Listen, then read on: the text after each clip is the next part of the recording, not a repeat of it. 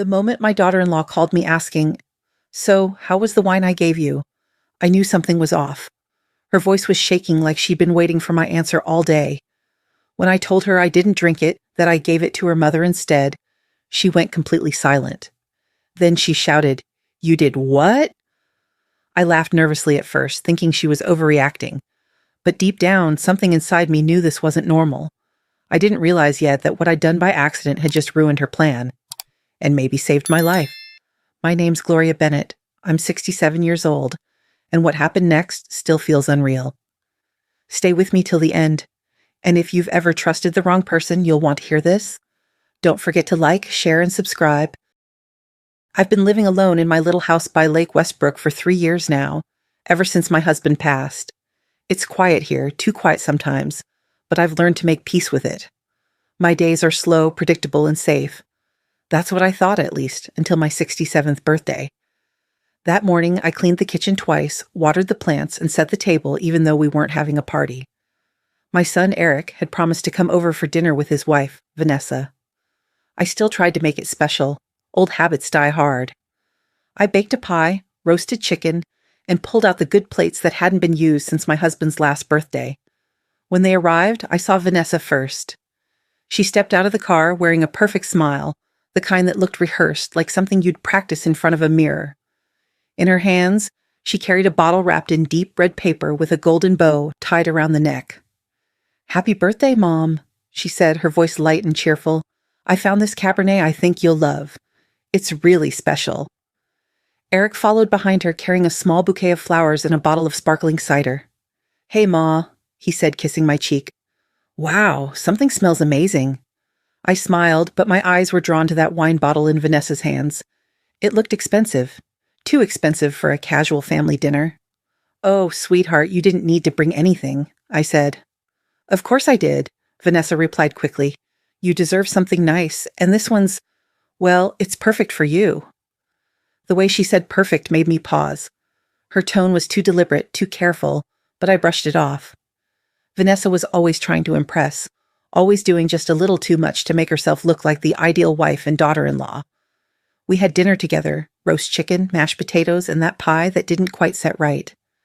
Eric told stories about work, half listening as he checked his phone every few minutes. Vanessa kept her smile steady, nodding along, asking polite questions, but I noticed how her eyes wandered again and again to the counter, where the wine bottle sat, still wrapped. When I offered to open it, her hand twitched. "Oh, no, not tonight," she said quickly. "You should save it for a special occasion. This one's meant to be savored." I laughed softly. "You make it sound like magic in a bottle." Her smile didn't quite reach her eyes. "Maybe it is." Something in her voice made the air feel heavier. I caught Eric looking at her, puzzled for a second, before he shrugged it off. The rest of the evening passed in a blur of small talk, laughter that didn't feel real, and the sound of cutlery scraping against porcelain. When they left, Vanessa hugged me tightly, tighter than usual. "You take care of yourself, okay?" she whispered. "I always do," I replied, though the words didn't sound convincing even to me. After the door closed, I stood in my quiet kitchen staring at that bottle. The red paper gleamed under the soft light, the gold ribbon perfectly tied like a secret waiting to be untied. Vanessa had said I should save it. But why? Since when did she care what I drank or when? Last year, she barely remembered to text me happy birthday.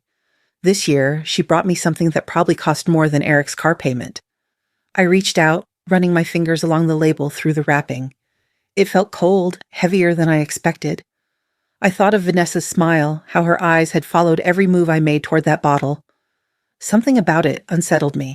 I told myself I was being paranoid, just an old woman reading too much into things. But that night, as I lay in bed listening to the wind move through the trees, I couldn't stop thinking about her voice on the doorstep. "You should save it for something special." I didn't know it then, but that wine wasn't meant to celebrate my life. It was meant to end it. I didn't realize it that night. But that beautiful bottle sitting on my counter was supposed to be my last birthday gift, and my first obituary line. The next morning started like any other. The house was quiet, the lake outside still as glass. I made coffee, sat by the window, and tried to shake off the strange feeling from last night. The bottle of wine still sat on the counter, wrapped neatly, untouched.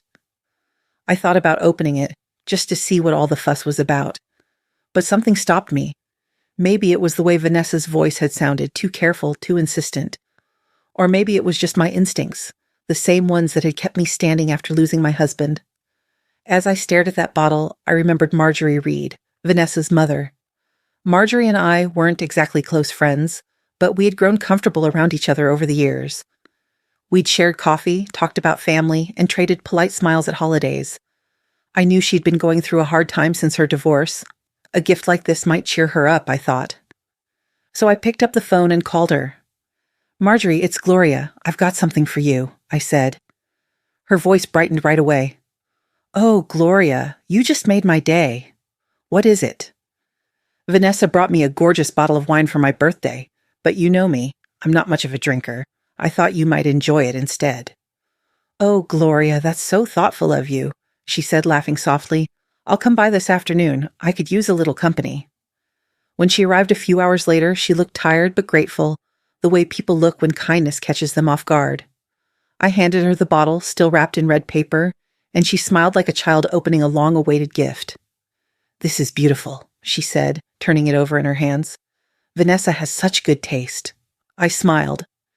"She does," I said, though for some reason the words felt strange in my mouth. After she left, I felt lighter. Doing something nice for someone always lifted my spirits. The house felt warmer, quieter, more peaceful. For a few hours, I forgot about the uneasy feeling that had lingered since last night. Until the phone rang.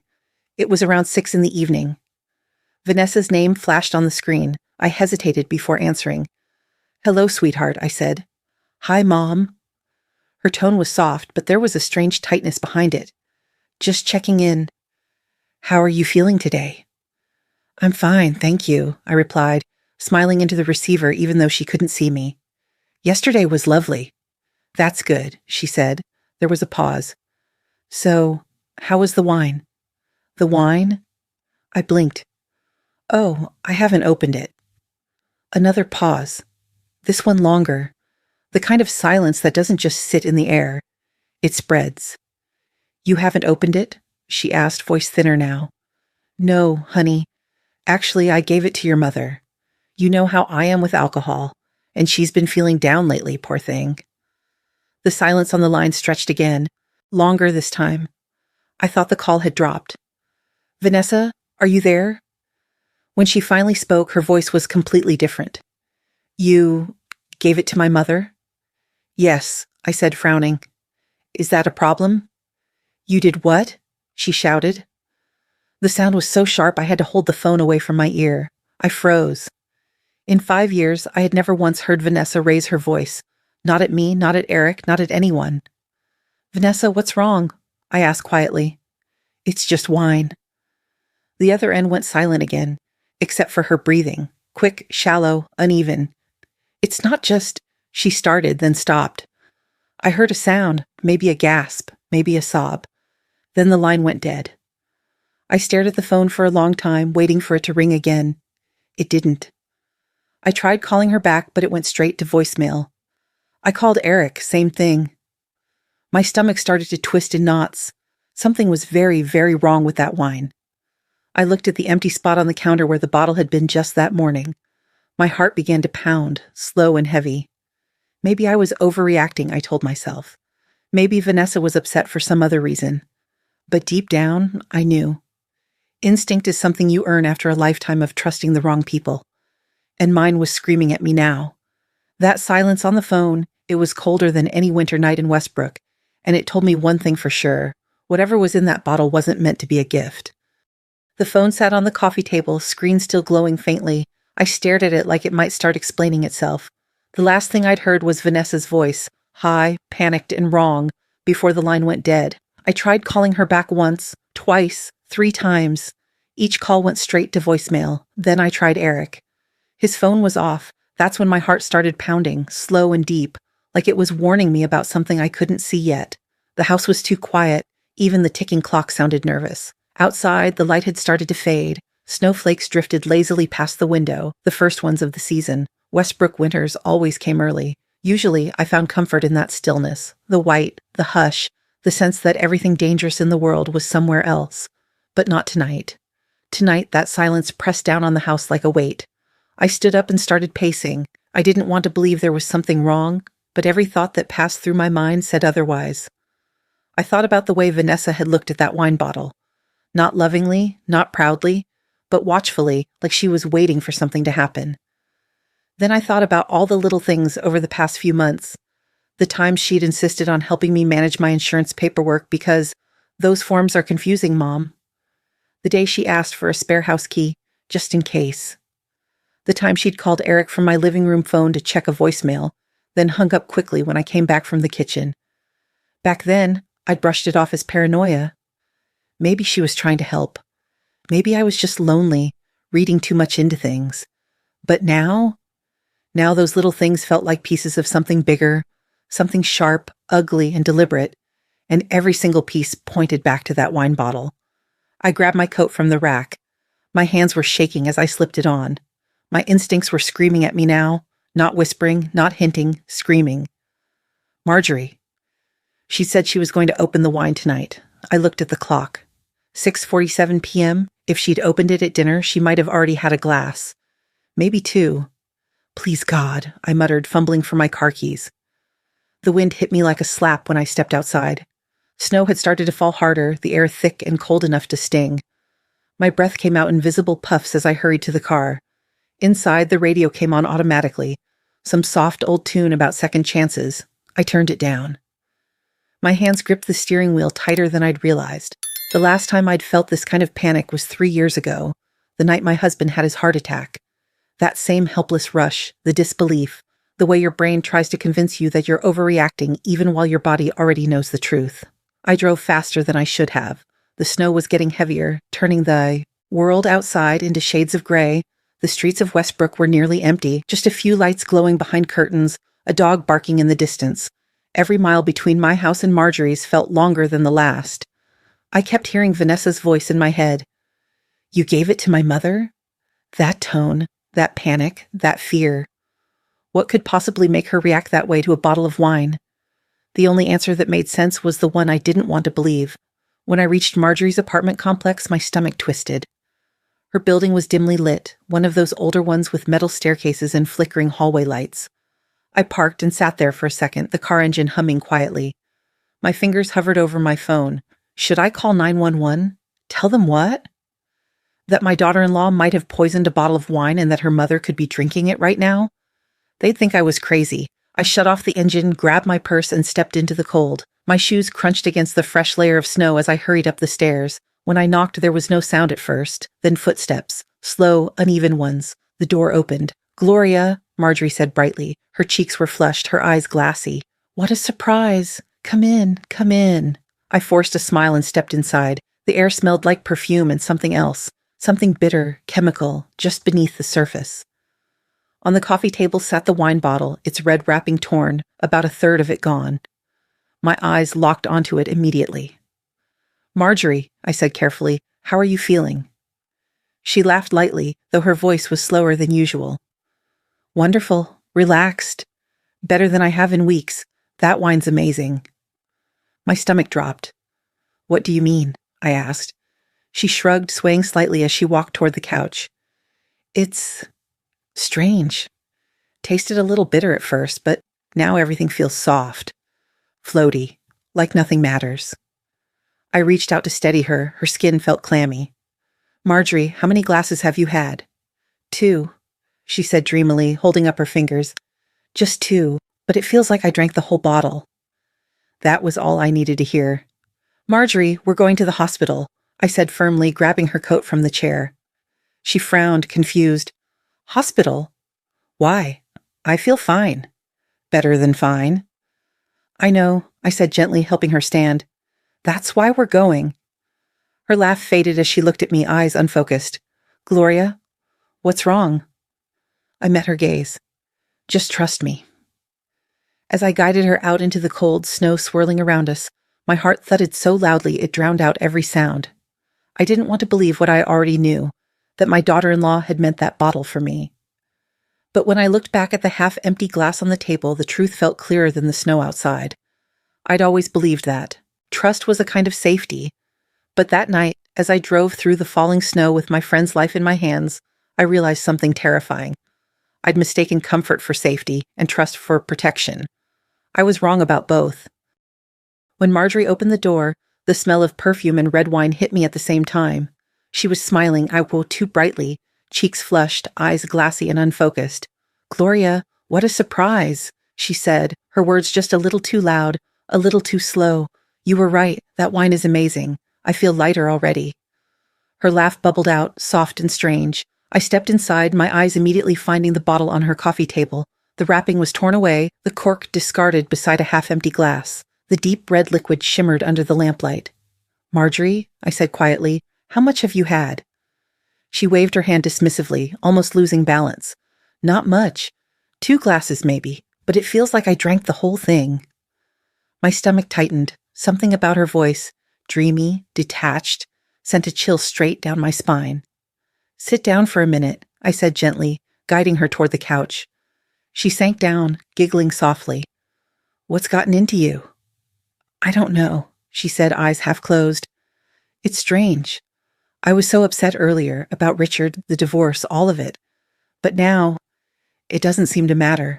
Everything feels so soft." "Soft?" I asked, kneeling beside her. She nodded, her pupils a little too large. "Like I'm floating. Like the air is thick and warm. You know that feeling when you're almost asleep but still awake? Like that. Only better." Her words slurred near the end. I glanced back at the bottle, at the glass, at the way the liquid caught the light, darker than it should have been. I'd had enough wine in my life to know how it should smell, how it should look.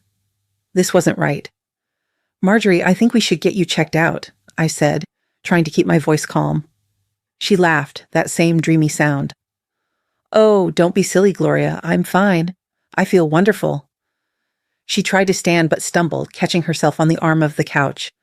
That's when my fear turned into certainty. "Marjorie, look at me," I said firmly. "Are you dizzy? Is your vision blurry?" She blinked slowly, as if trying to focus. "A little, maybe. And my mouth feels strange, dry, tingly." I reached for my phone. "We're going to the hospital." Her smile faltered. "Hospital? Why?" I didn't answer. My fingers were already trembling as I dialed 911. 911, what's your emergency?" "My friend, she's drunk something and it's not acting like normal wine," I said quickly. "She's dizzy, disoriented. I think she's been poisoned." The operator's tone sharpened. "Is she conscious?" "Yes, but fading." "Stay with her. Paramedics are on the way." I ended the call and looked at Marjorie. Her head had dropped against the back of the couch. Her breathing was slow but steady. "Stay with me," I said, shaking her shoulder gently. "Don't fall asleep." She opened her eyes halfway. "You're such a good friend, Gloria," she whispered. You always were." Her voice cracked on the last word. I grabbed the bottle from the table and read the label. The winery's name, the fancy cursive, the gold seal, all real. It looked legitimate. But my hands were shaking as I turned it over, scanning for anything out of place.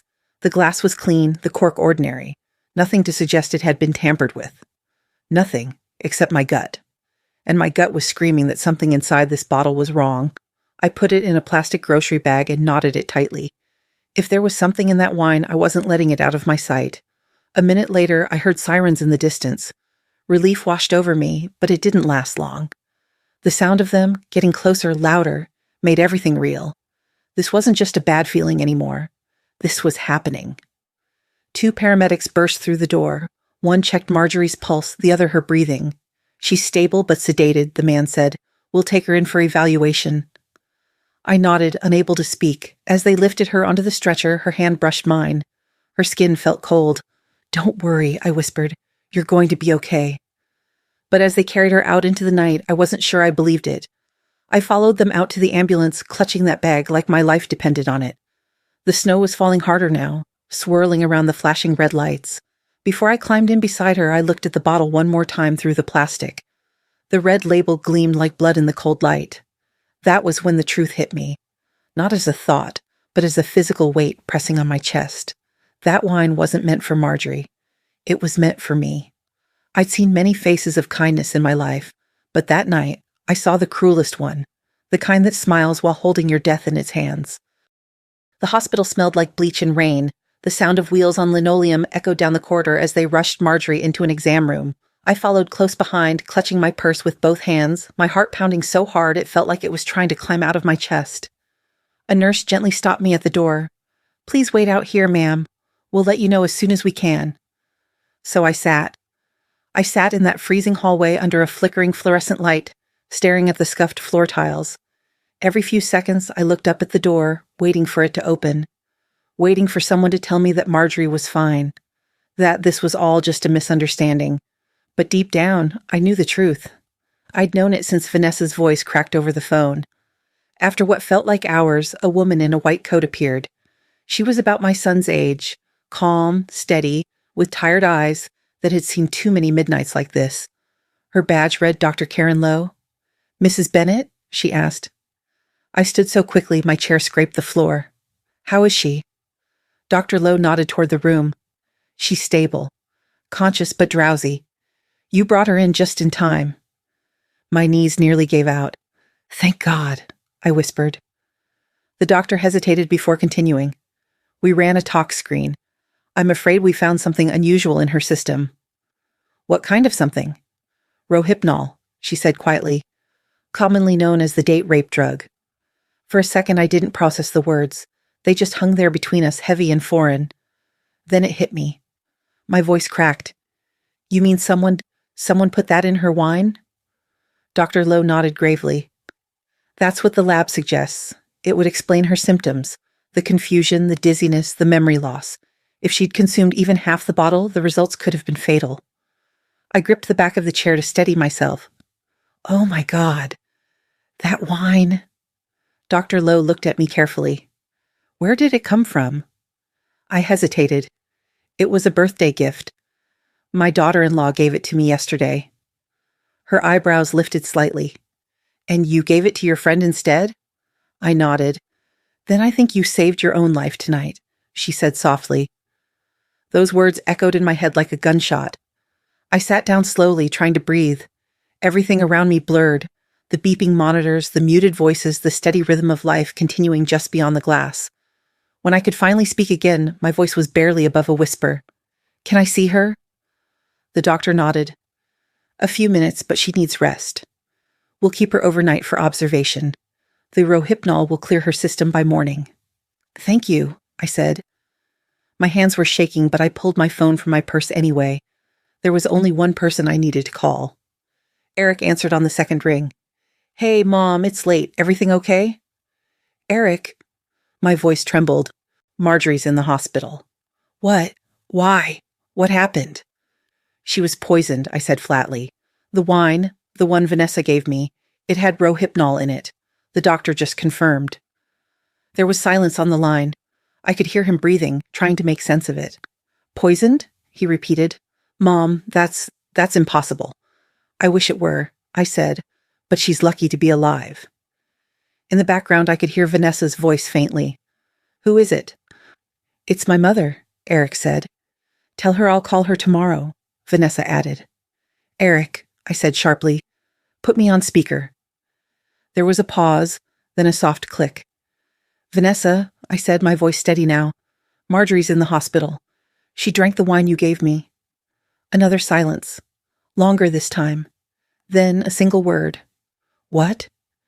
"They found Rohypnol in her blood." I heard her inhale sharply. Not in shock, not in sorrow, but in fear. Eric's voice came back, confused and rising. "Vanessa, what's she talking about? What's going on?" I don't know," she stammered. "That's insane. I would never—" "Then why?" I cut in. "Did you panic when I said I gave it to your mother?" No answer, just breathing. "Eric," I said quietly, "I need you to think carefully about what I'm telling you. This isn't an accident. And if Marjorie had finished that bottle, she'd be dead." He didn't respond. I could hear movement on the other end, a door closing, footsteps, maybe him walking away from her. Then his voice came back, low and shaken.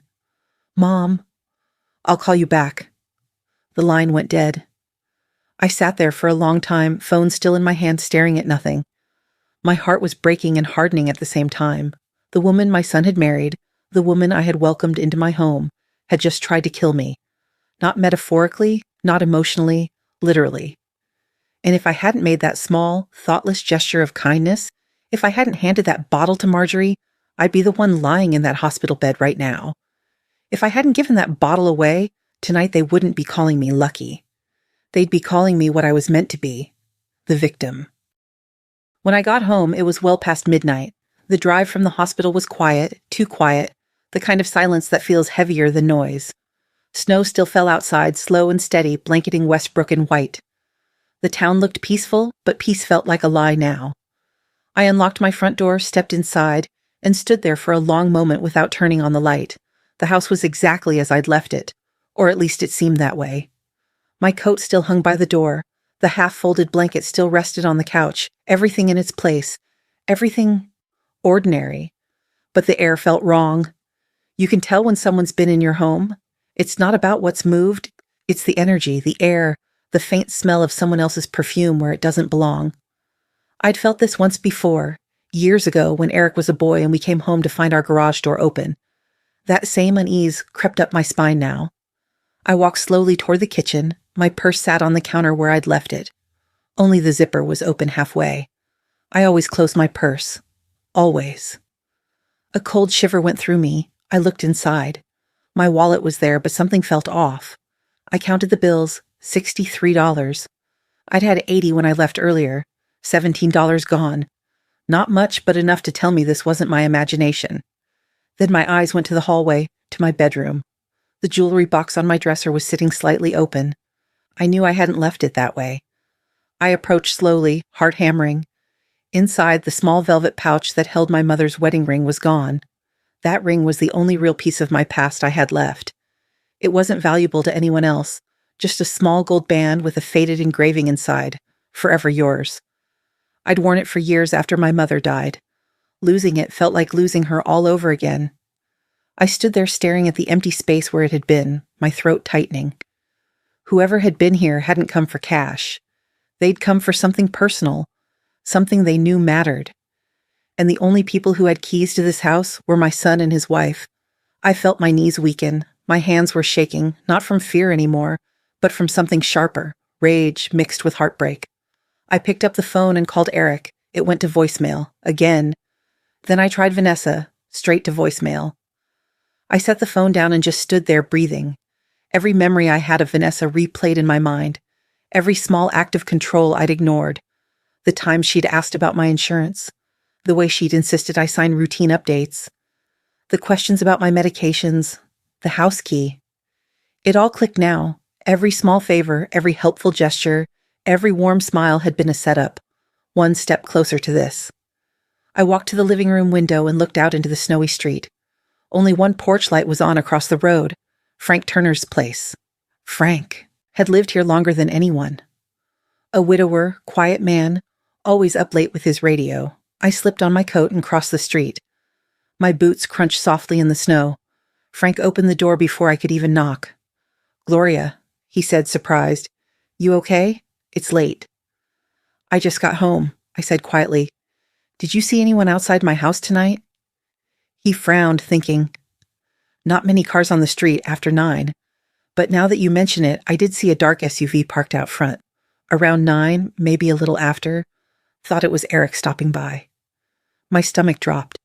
"Did you see who got out?" He shook his head. "No, but it left about 10 minutes later." "Thanks, Frank," I said softly. He hesitated. "Everything all right, Gloria?" I forced a small smile. "It will be." When I got back home, the warmth of the house felt like a lie. I locked the door, double-checked the windows, and sat at the kitchen table staring at my hands. That ring, that small, meaningless to anyone else ring, had been stolen not for money but for control. A message, a warning. The weight of it all pressed down on me until I couldn't breathe. For years I'd told myself that trust kept families together, that you gave people the benefit of the doubt, even when they didn't deserve it. But tonight, staring at the faint mark where my ring used to rest, I realized something else. Trust is the easiest way to lose everything. I didn't sleep that night. Every sound, the wind against the window, the creak of the pipes, made me tense. Around 3 a.m., I got up, turned on the small lamp by the bed, and opened the drawer of my nightstand. Inside was a small digital recorder. My husband used to keep it by his bedside to record his thoughts, little memories, stories he didn't want to forget. I hadn't touched it since he died. I picked it up, turned it over in my hands. The metal was cool, smooth, familiar. The tiny red light blinked once when I powered it on. Maybe, I whispered to the empty room, it'll save another Bennett this time. I placed it on the nightstand right beside my phone and left it recording. Then I sat back on the bed, listening to the faint hum of it capturing the silence. Because silence, I realized, had its own voice. And tonight it was screaming the truth. Betrayal doesn't start with grand lies or broken vows. It starts with small, quiet thefts, the kind that steal not your things, but your peace. And once trust is gone, even silence feels like a stranger in your own home. By morning, I hadn't slept a minute. The sun came through pale and cold, spilling across the kitchen table where I'd been sitting all night. The house felt foreign now, too quiet, too still, like it was holding its breath. I heard the sound of a car pulling into the driveway. My heart thudded once, hard. I didn't have to look to know whose car it was. When the knock came, I didn't move right away. I wanted them to wait. I wanted to feel in control of something, even if it was only the moment I chose to open that door. When I finally did, Eric was standing there, his face drawn, eyes bloodshot from lack of sleep. Behind him, Vanessa looked flawless as always, hair neat, makeup perfect, wearing a white blouse that made her seem almost angelic. Almost. "Mom," Eric said softly, "we need to talk." I stepped aside. "Yes, we do." They came in. Vanessa smiled faintly, like she was comforting me. "I heard what happened with my mother. I'm so sorry, Gloria. It must have been terrifying. I just want to help." Her tone was smooth, gentle, rehearsed. I'd seen her use that same voice on neighbors, bank clerks, even Eric when she wanted something. I said nothing. I just walked to the table and laid down a folded piece of paper, the hospital's toxicology report. Vanessa's eyes flicked toward it, quick and sharp. "Do you know what that is?" I asked quietly. She hesitated, just a fraction too long. "No. Should I?" "It's the lab result," I said, my voice calm, flat. "It shows what they found in your mother's blood." Her smile faltered. "And what was that?" "Rohypnol," I said. The word hit the room like a thunderclap. Eric's eyes widened. "What? That's impossible." Vanessa stayed perfectly still. Then she smiled again, smaller this time. "That's awful," she said softly, "but also fascinating." I stared at her. "Fascinating?" "Well," she said, shrugging lightly, "these days you hear about counterfeit bottles, contaminated imports. It happens more than you think. Maybe the store sold a bad batch." Eric turned to her. "Vanessa." She cut him off, her tone calm, too calm. "I'm just saying, let's not jump to conclusions." I leaned forward, my voice low. "No one's jumping to anything. The only question I have is why you panicked when I said I gave that bottle to your mother." Her eyes flicked toward Eric for half a second, that tiny, involuntary glance of someone calculating their next move. Then she sighed, as if she were the victim. "Because I was worried," she said. "My mother's been unstable since the divorce. She's been drinking more. I thought giving her expensive wine might be dangerous, that's all." "Really?" I said quietly. "Because you didn't sound worried. You sounded terrified." Eric looked between us, confused, his face pale. "Vanessa, what's Mom talking about?" She placed a gentle hand on his arm. "Honey, please. I think she's just upset. Anyone would be. The hospital probably made a mistake." I laughed, sharp, humorless. "A mistake?" "They don't mistake Rohypnol for Merlot." Her lips twitched, but her expression stayed composed. "Then maybe someone else tampered with it. My mother's always had men around, strange friends." "Enough," I said. My voice came out harder than I expected. "Don't you dare blame your mother for this." Eric's voice cracked slightly. "Vanessa, this is serious. If what Mom's saying is true—" She turned to him, her tone soft, almost pleading. "You think I'd ever hurt her? After everything we've done for her? We help her with bills, errands, appointments. I handle her paperwork because she gets confused sometimes." "Confused?" I snapped. "You mean the insurance forms you had me sign? The routine updates you said were nothing important?" Her eyes darted back to me. That was it. The mask slipped, only for a second, but it was enough. The warmth vanished, replaced by something cold and sharp. Eric saw it too. "Vanessa," he whispered, "what did you do?" She let out a long breath as if she'd been holding it all night. Then slowly she sat down at the table, smoothing her skirt. "Fine," she said quietly. "You want the truth?" "The truth is we're drowning in debt, Eric. The business expansion, the new house, we can barely keep up. Your mother has money just sitting there, insurance, bonds, savings, and we're killing ourselves to stay afloat." "So you thought drugging me would fix that?" I asked. Vanessa looked me dead in the eye. "I thought you'd never know." Eric took a step back, horrified. "You can't be serious." She turned to him, her tone almost tender. "I didn't mean for it to go this far. It was supposed to be simple. Harmless." "Harmless?" I repeated. "You call this harmless?" Vanessa's voice hardened. "You don't understand.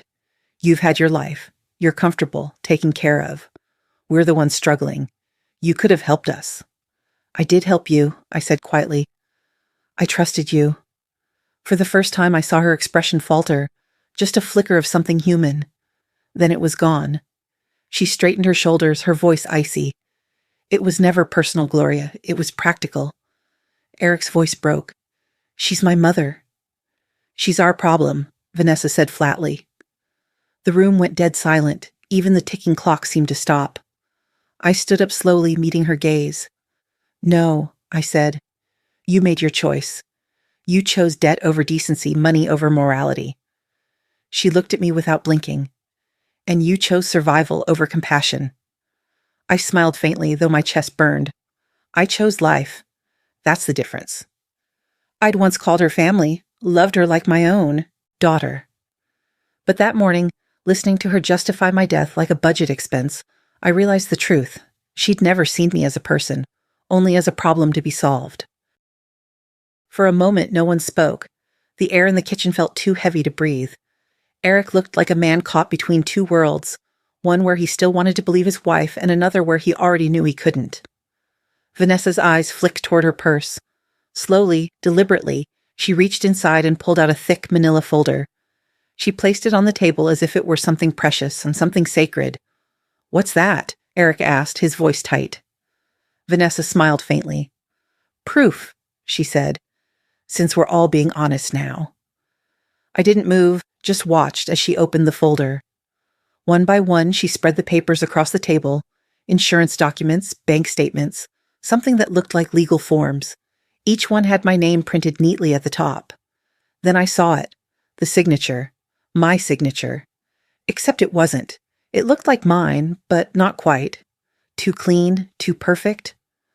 My real signature had always been a little uneven, especially since my arthritis started acting up. My stomach turned cold. "What is this?" I asked. Vanessa leaned back in her chair, completely calm. "It's your updated life insurance policy," she said matter-of-factly. "And your new will." Eric's eyes darted to me. "Mom, what is she talking about?" I shook my head, staring at the papers. "I don't know. I never signed a new will." Vanessa gave a little shrug. "Oh, you did. You just didn't read the fine print. Remember when I came over a few months ago with the forms? You said you trusted me. You were rushing to a doctor's appointment. I told you it was just a change of address for the policy." The memory hit me like a slap. The day she'd shown up smiling, carrying her laptop and a pile of forms.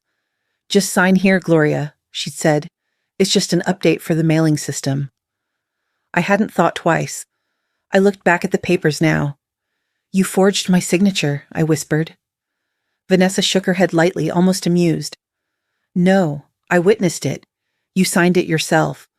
There's even a recorded confirmation call to the insurance company. I made sure it all looked official." Eric's voice cracked. "Vanessa, are you hearing yourself right now?" She turned to him, her expression cool.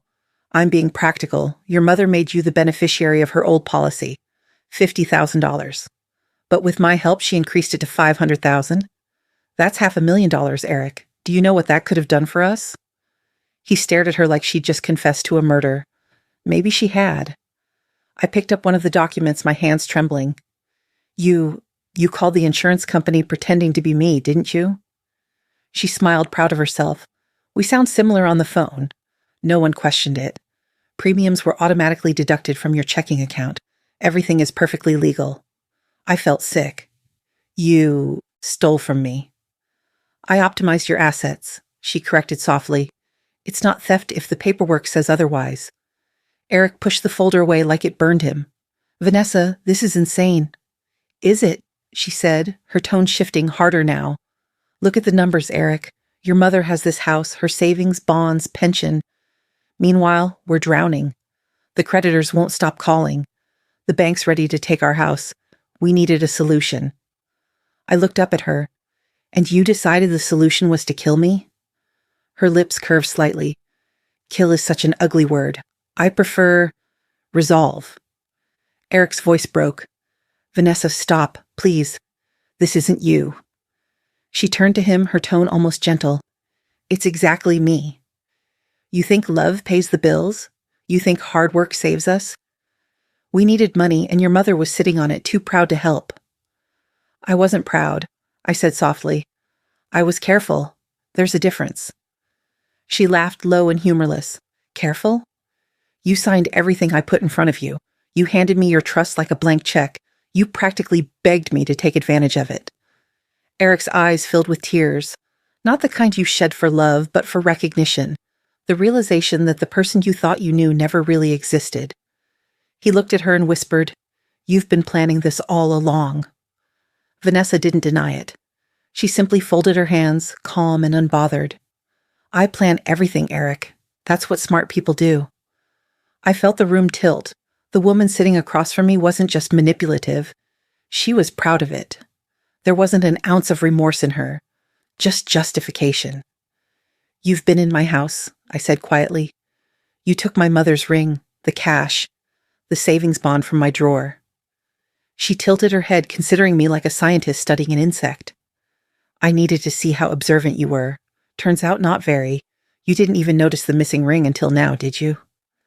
My voice came out like a whisper. You tested me. I did, she said, and you failed. That's why I knew I could move forward with the plan. Eric slammed his hand on the table, his voice shaking. You're talking about this like it's some kind of business deal. Vanessa looked at him, her expression cold. It was, and the numbers worked, until your mother gave away that bottle. She turned back to me, eyes narrow, voice almost admiring. You really are full of surprises, Gloria. I didn't think you had it in you. I stared back at her, my hands trembling with fury and disbelief. You used my kindness as your weapon. She smiled. I call it efficiency. She'd taken the gentlest parts of me, my trust, my patience, my love for family, and turned them into tools to destroy me. She'd turned my kindness into the pen that signed my own death sentence. The air in the room was thick, almost suffocating. No one moved. Vanessa leaned back in her chair, confident, composed, a predator who thought she'd already devoured her prey. Eric sat frozen beside her, his face pale, his hands trembling slightly as he stared at the folder still lying open on the table. For a long moment, the only sound was the faint hum of the refrigerator. Then Vanessa spoke, her voice smooth and measured, the tone of someone wrapping up a deal. You can scream, you can accuse, but it doesn't matter now, she said, folding her hands neatly. There's no proof of anything. Every document is legal. You signed them. You'll sound like an angry old woman with a grudge. No one's going to believe you. She smiled. You lost, Gloria. Accept it with some dignity. Something inside me shifted then. Not anger, not fear, but a deep, steady calm. I had spent the whole night feeling powerless, trapped in someone else's web. But in that instant, I remembered something my husband used to say whenever life turned cruel. You can't stop people from lying, but you can make them hear themselves doing it. I stood up slowly. Vanessa's eyes followed me, cautious now. What are you doing? She asked.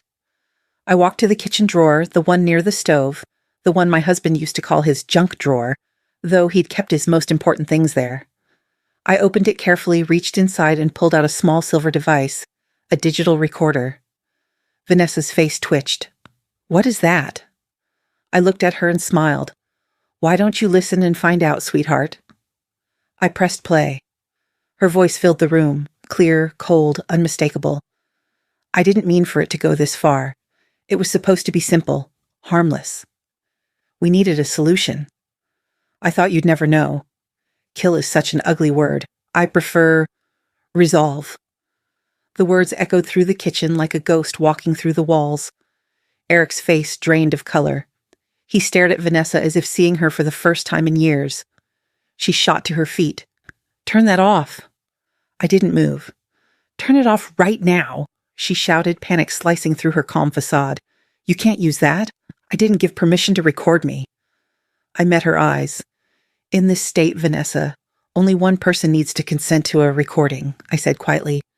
And that person is me. Her mouth opened, then closed. She looked at Eric for help, but he wouldn't meet her eyes.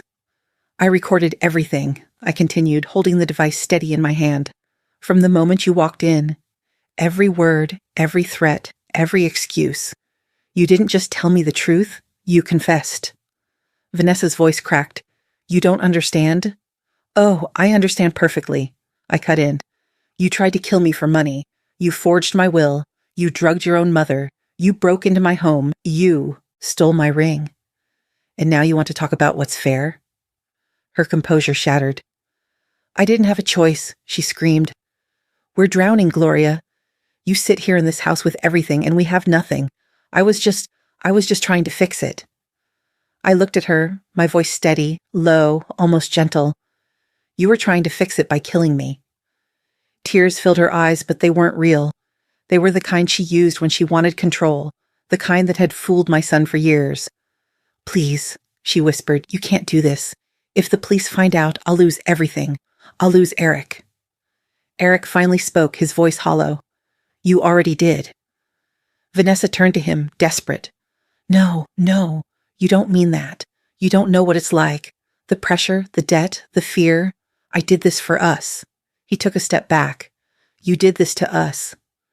Her breathing quickened. She looked between us, realization dawning that her game was over. Then, in a final act of defiance, she sneered. You think anyone will believe you, Gloria? You're an old woman living alone? People will say you're confused, paranoid. You think a recording makes you powerful? I held her gaze, the recorder still in my hand. No, the truth makes me powerful. Her lips trembled, and for the first time since I'd known her, I saw fear. Real, naked fear. Vanessa, I said softly, you've spent years silencing people, manipulating, lying, twisting stories to suit yourself. But this time, it's your voice that's going to destroy you. She shook her head, whispering, Please, don't. I'm not doing this to punish you, I said. I'm doing it because it's the truth. And the truth deserves to be heard. Her eyes darted toward the door, like a trapped animal searching for an exit. Then she broke. Vanessa lunged across the table, trying to grab the recorder. Give it to me. Eric moved faster, catching her wrist midair. Enough, he said sharply. She struggled, shouting, crying, cursing, every word another mask slipping. You think you can ruin me? She screamed at me. You think anyone will care? You're pathetic. Old, alone. You're nothing without us. I stood my ground. Then it's a good thing I don't need you to be something. Eric pulled her back, holding her as she collapsed into sobs that sounded more like rage than grief. I walked to the corner of the table and set the recorder down beside the folder of papers she'd brought.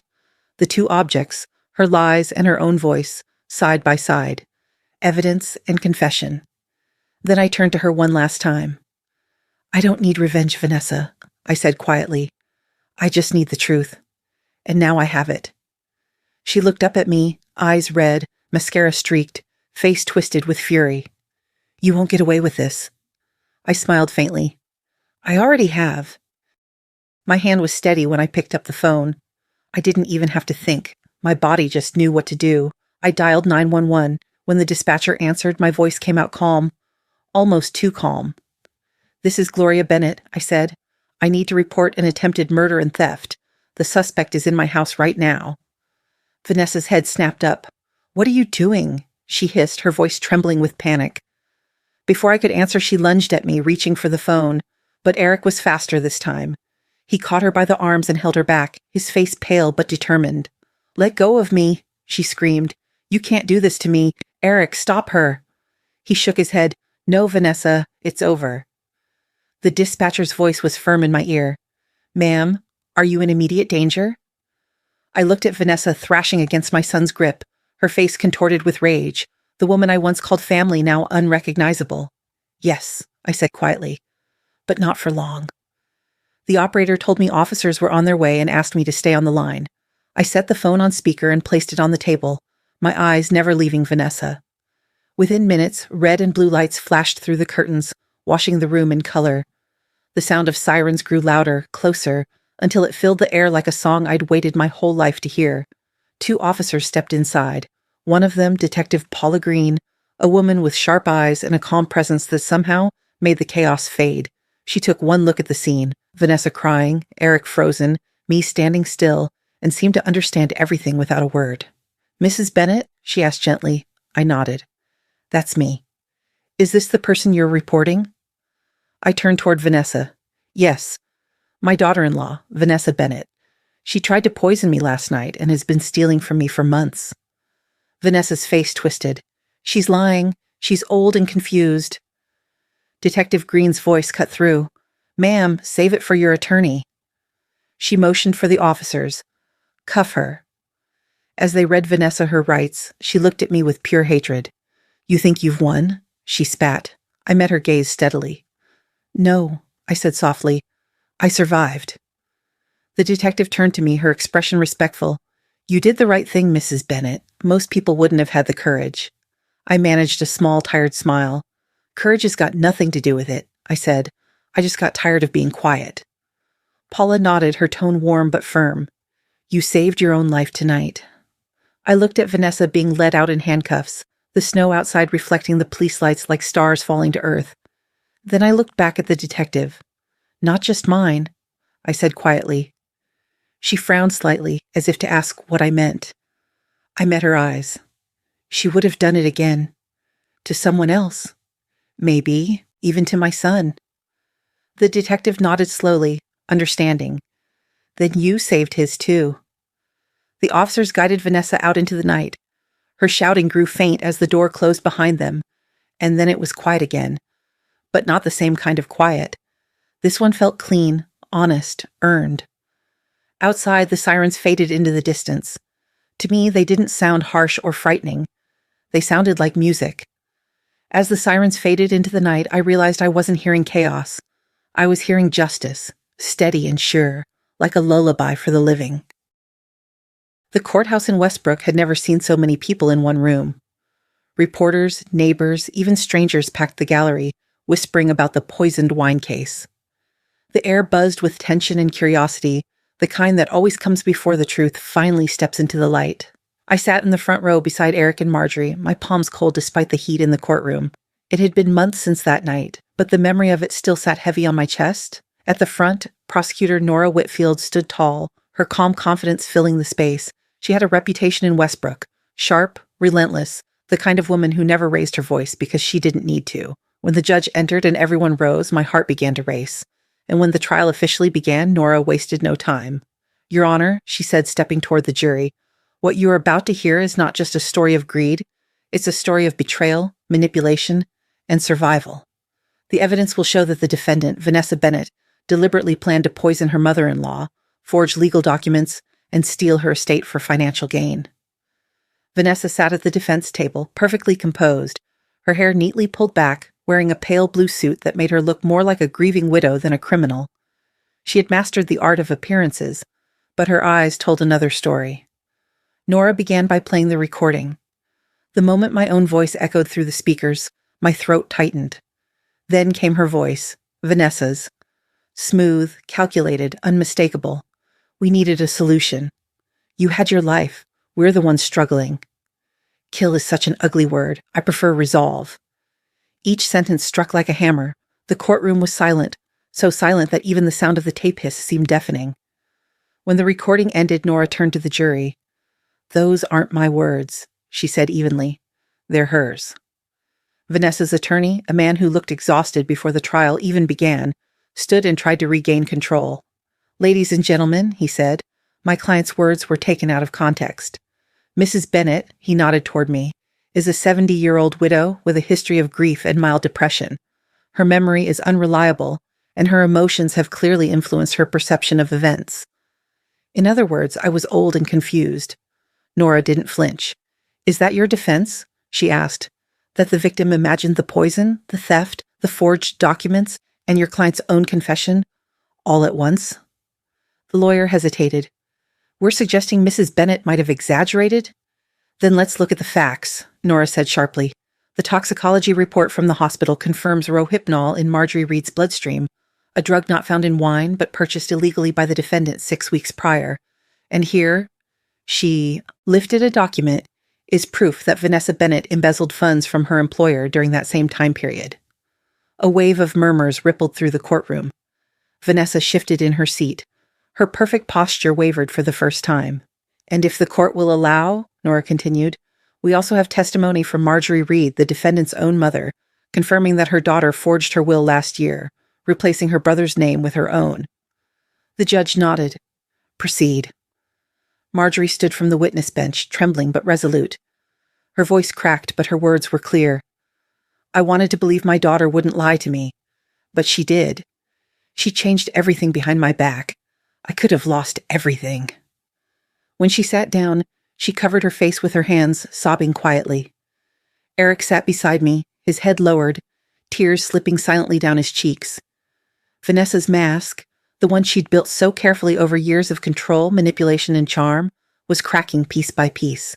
When Nora turned back to the jury, her voice was soft, but deadly steady. Ladies and gentlemen, deception can wear a kind face, but when you peel it away, there's always truth underneath, and the truth here is clear. Vanessa's lawyer tried to object, but the judge raised her hand. Overruled. Nora pointed at the defendant. The truth, Your Honor, is sitting right there. Vanessa didn't look up. For once, she had no words. No mask, no matter how flawless, can survive the light of the truth. And that day, the light finally found her. The courtroom was hushed as everyone waited for the judge to return. The air was heavy with anticipation. The kind that comes after truth has already done its work, but justice hasn't yet spoken. Vanessa sat at the defense table, hands clasped tightly in her lap, her once perfect posture gone. Her face was pale, her lipstick faded. For the first time, she looked small, not like the woman who had once ruled every room she entered, but like someone stripped of everything she'd used to hide behind. When Judge Patricia Hawkins entered, the room rose. She was a stern woman in her 60s, with sharp eyes that could slice through excuses before they were spoken. She took her seat, adjusted her glasses, and looked directly at Vanessa. Mrs. Vanessa Bennett, she began, her voice echoing across the courtroom, you have been found guilty on all charges, including attempted murder, fraud, embezzlement, and elder abuse. Vanessa stared straight ahead, unmoving. The judge continued, her tone steady, deliberate. Throughout this trial, you have shown no remorse for your actions.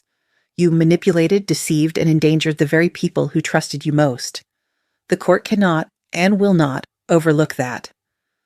Vanessa's attorney placed a trembling hand on her shoulder, but she shrugged it off. Judge Hawkins lifted the sentencing papers. Therefore, it is the decision of this court that you be sentenced to life in prison without the possibility of parole. A collective gasp rippled through the room. For a heartbeat, no one moved. Then Vanessa laughed. It wasn't a normal laugh. It was hollow, sharp, the sound of someone who'd lost everything and wanted to pretend it didn't matter. She turned in her seat and locked eyes with me. You think you've won, Gloria? She said, her voice cracking. You didn't beat me. You destroyed me. You killed me. I met her gaze and shook my head. No, Vanessa, I said softly.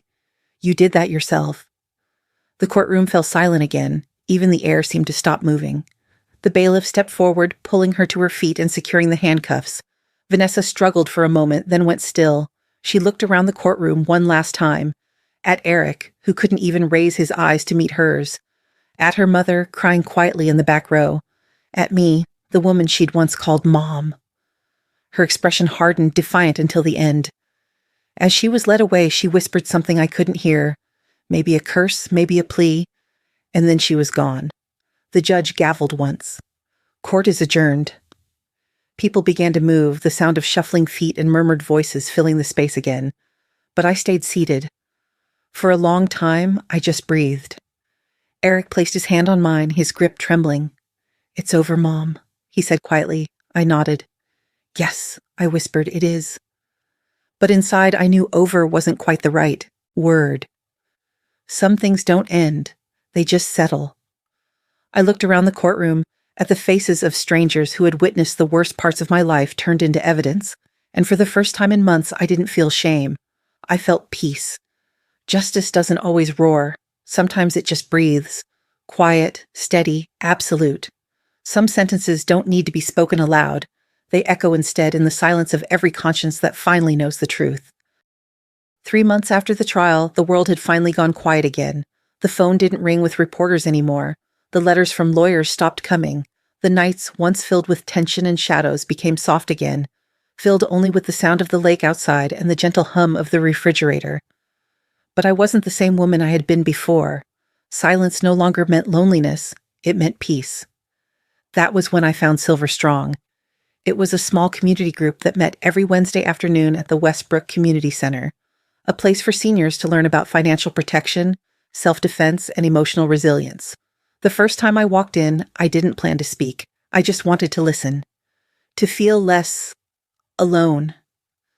But when the organizer recognized my name, she asked if I'd share my story. I hesitated, part of me still afraid of being defined by what had happened. Then I thought about all the people sitting there, faces that looked tired, uncertain, familiar. I knew that feeling, the quiet shame of trusting the wrong person. So I said yes. That first meeting changed everything. I told them the truth, about the wine, the lies, the fear, the betrayal. I told them how I'd almost died and how, in saving myself, I found something I didn't know I still had. Strength. When I finished, the room was silent. Not the uneasy kind, but the kind that means people are thinking, remembering, connecting. Then an older man in the back stood up. His voice was rough with age, but steady. "You made me believe," he said, "that growing old doesn't mean giving up. We can still fight, not with anger, but with awareness." I smiled through tears. "That's the point," I told him. "We don't fight to win against others. We fight not to lose ourselves." After that, things began to bloom in ways I hadn't expected.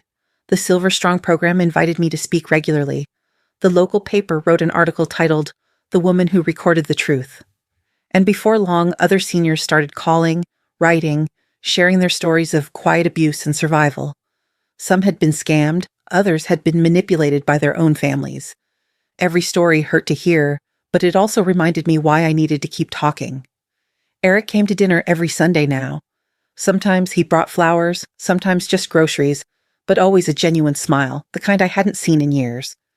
We'd sit by the window, watching the sunset over the lake, not saying much. We didn't need to. The silence between us had healed too.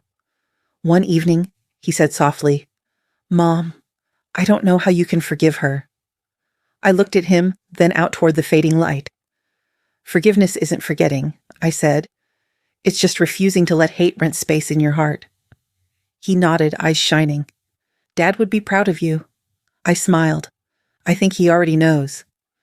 When the community center hosted its first large public workshop on elder protection, they asked me to give the keynote.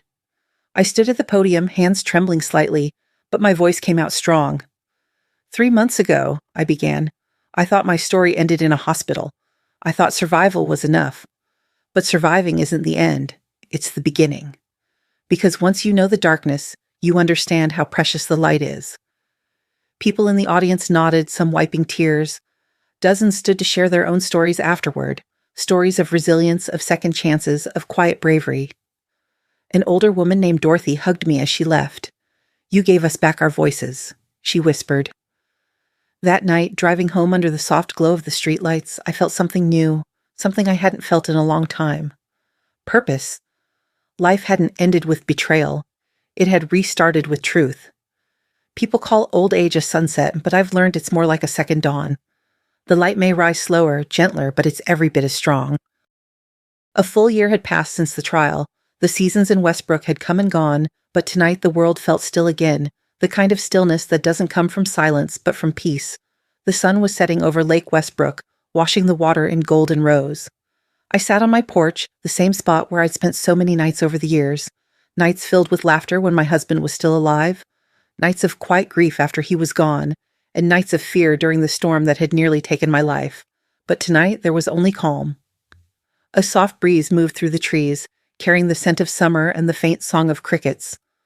On the small table beside me sat a bottle of red wine, unopened until now. I picked it up, studied the label, then smiled to myself. This one I had chosen. This one I had opened. I poured a glass, the dark liquid catching the fading light like a ribbon of sunset. The sound of it filled the air, soft, steady, alive. I raised the glass and let out a quiet laugh. You'd think I'd sworn off wine for good, I murmured. For a moment I imagined my husband sitting beside me, in his old chair, the one that still creaked the same way it always did. I could almost hear his voice, that low, teasing tone he used whenever I got too serious. "Frank," I said softly, "you see this? I'm still here." The lake shimmered, the light shifting across the surface like an answer. "I did what you always said I should," I continued. "I didn't let them take my peace. Not the lies, not the fear, not even the hate." The phone buzzed beside me. It was a text from Eric. "Love you, Mom. Proud of you." I smiled, tears stinging my eyes. I typed back, "Love you too, honey. Always." Then I set the phone down and lifted my glass. "To survival," I said quietly, raising it toward the lake. "To truth."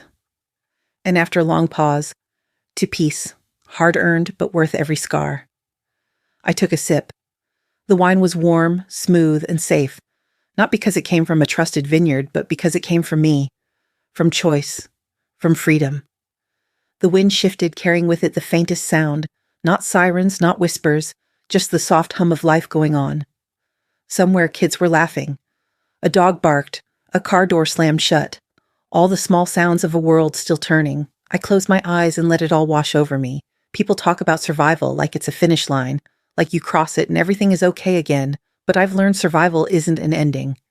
It's a beginning, a chance to live differently, more honestly, more fully. And as I sat there on my porch, watching the last sliver of sunlight disappear behind the trees, I realized something simple, something certain. I hadn't survived just to retell the past. I'd survived to write what comes next. I took another slow sip, letting the flavor linger, not because it was perfect, but because it was mine. The breeze picked up again, brushing against my hair, carrying the faint smell of pine and the soft hum of the lake. I looked out across the water one last time, smiled and whispered, "Here's to living." I didn't survive to relive my past. I survived to begin again, and this time every chapter is mine to write.